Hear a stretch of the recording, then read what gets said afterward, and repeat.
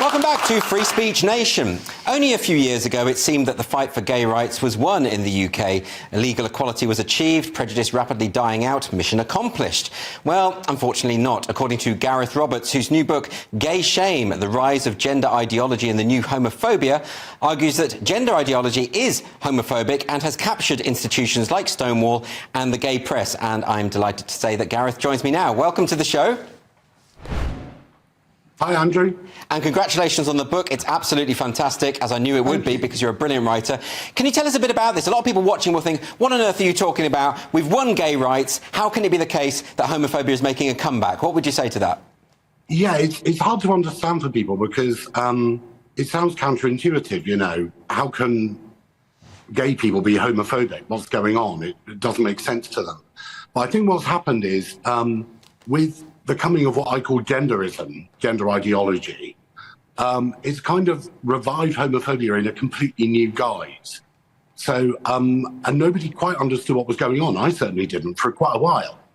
And suddenly it just became apparent that, you know, this was an ideology that was saying there's something wrong with camp little boys and tomboy little girls and they need fixing. And, you know, that's crazy. You know, that if that isn't homophobia, what is? And one of the really interesting things that you point out in the book, in many of the chapters, is that a lot of this is being driven by gay people. The idea that all of a sudden lesbians should be shamed for not including people with penises in their dating pool. Yeah. You know, and a lot of this is coming from a lot of particularly gay male celebrities. Do you want to talk a bit about that?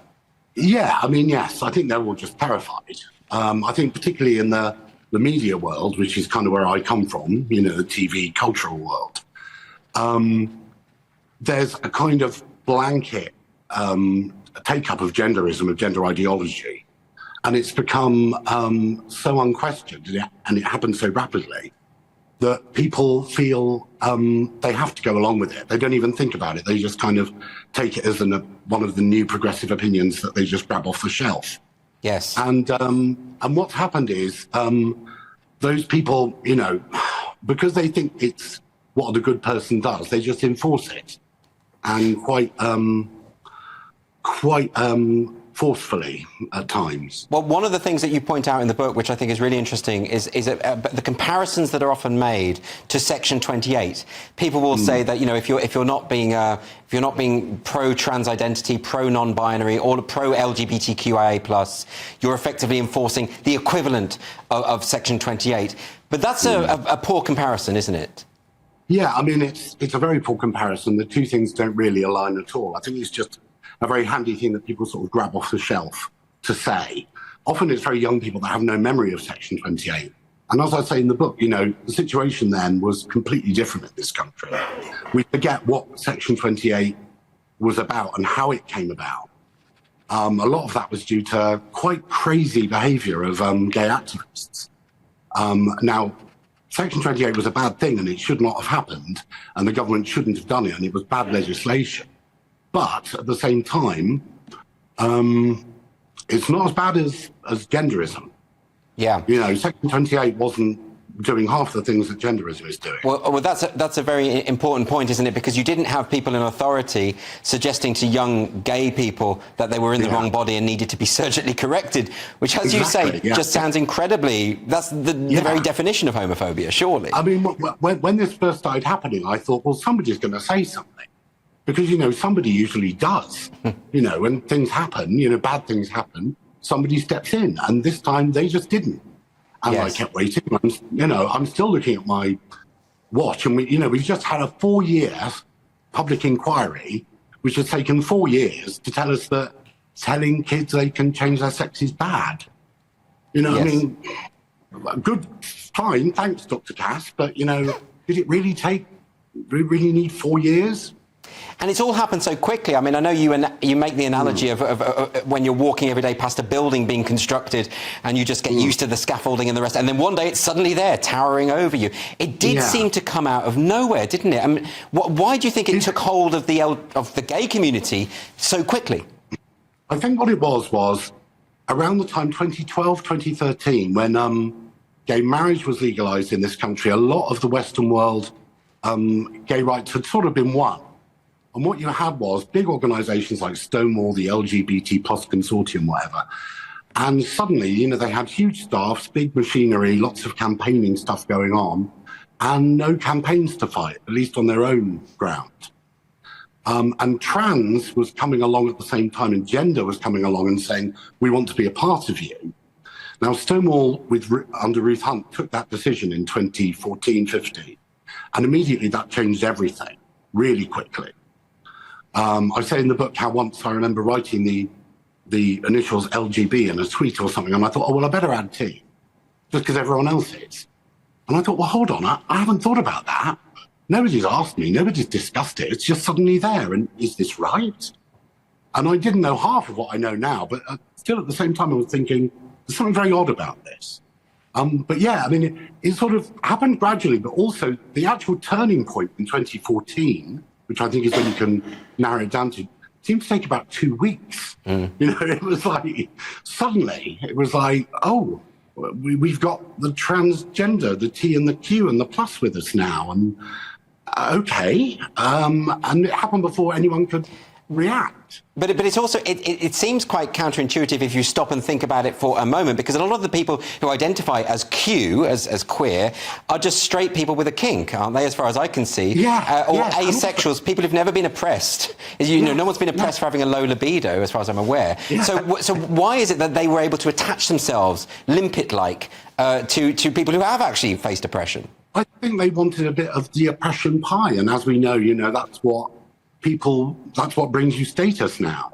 You know, if you're a sort of middle-class spod from, you know, somewhere, and you haven't got any oppression status, well, you know, dye your hair purple and call yourself queer.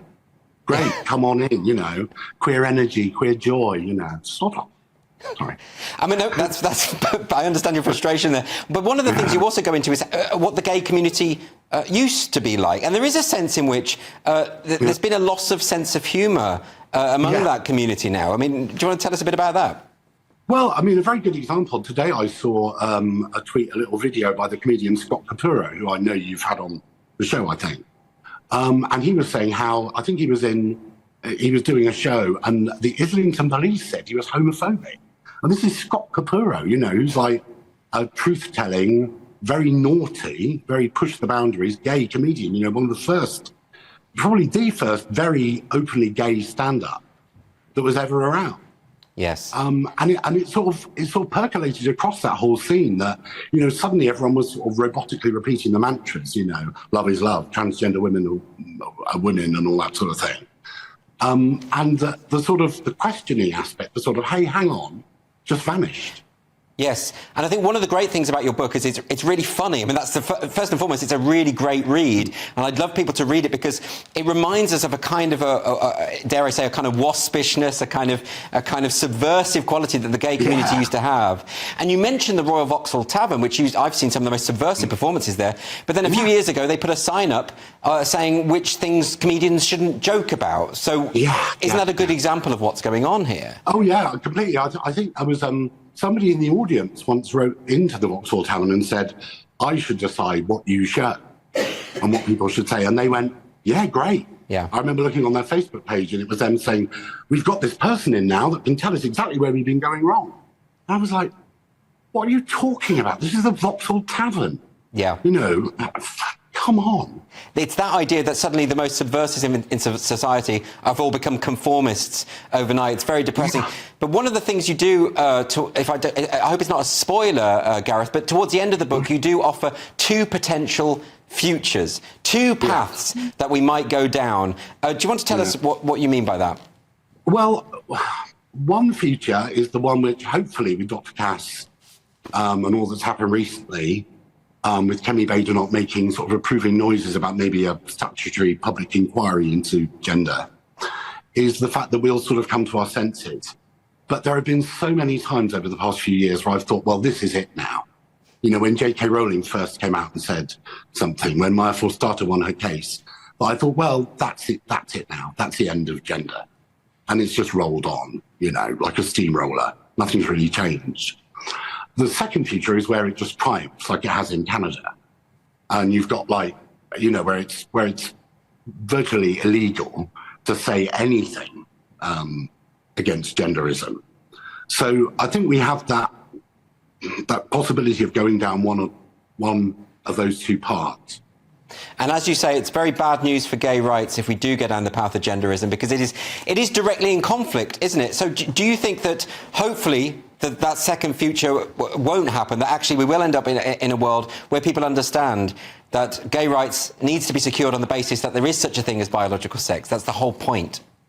Well, you'd hope so, yeah. I mean, I really hope so. I mean, seeing people like Wes Streeting and Shabana Mahmood, I mean, you know, on the one hand, you're thinking, well, thank you, where were you? But at the same time, it's great, you know, that these people can feel they can say this stuff, particularly as we're probably about to have a Labour government. Yes. On that, Gareth, just very finally, yeah. you know, you do make the point that we do need to build a golden bridge. It's very frustrating for those of us who've been sounding this alarm for many years to see a lot of people suddenly say, oh, yeah, actually, they're right, there is a problem. But actually, this isn't about ego. We have to bring those people along, don't we?